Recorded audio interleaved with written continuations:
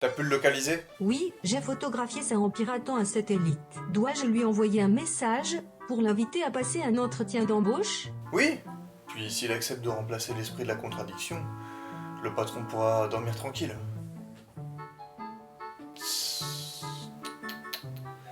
Voilà qu'il dort comme un Pokémon légendaire à présent. Sacré patron.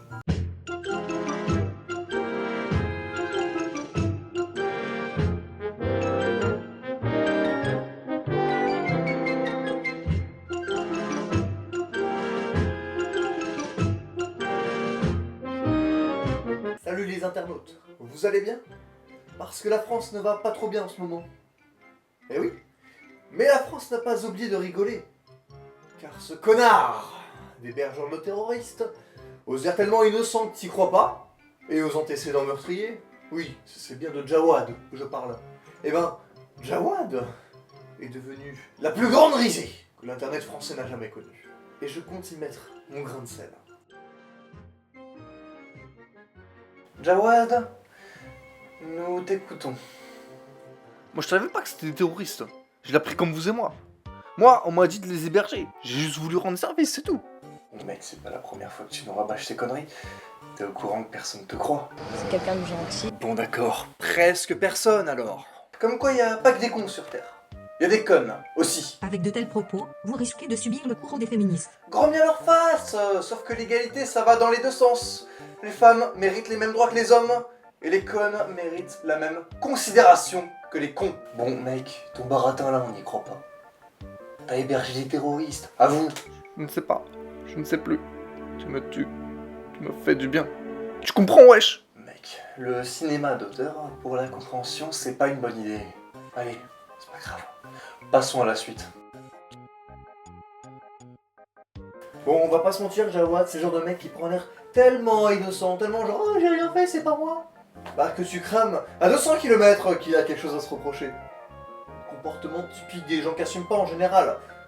Puis surtout des collégiens, j'ai envie de dire. Mais bon, passons. Non, j'avais envie de revenir sur les attentats dans cette critique. Alors, augmenter la sécurité, je veux bien, mais supprimer les tournages pendant tout le mois de novembre, c'était une erreur. Ah oui. En faisant ça, quelque part on porte atteinte à la liberté d'expression. C'est d'ailleurs ce que Daesh veut, je crois.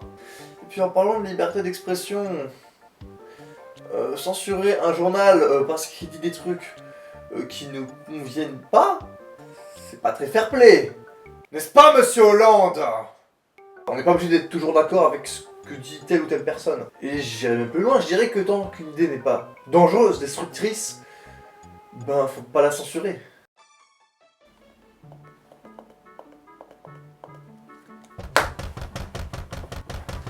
Entrez. Asseyez-vous. Dites-moi, comment vous appelez-vous? C'est un peu imprononçable comme prénom. Bah dans ce cas mon gars, je vais t'appeler Jean-Luc. Mais dis-moi Jean-Luc, tu m'as plutôt rendu service la dernière fois. Du coup, enfin, pour moi ça pourrait être bon. Enfin t'as un CV quand même à me montrer. Voyons ça. Ouais bah c'est intéressant. Bah mec, bienvenue à toi. Juste, est-ce que tu peux ôter cette apparence, ce déguisement? J'ai pas envie qu'on m'accuse de plagier Link the Sun, si tu vois ce que je veux dire.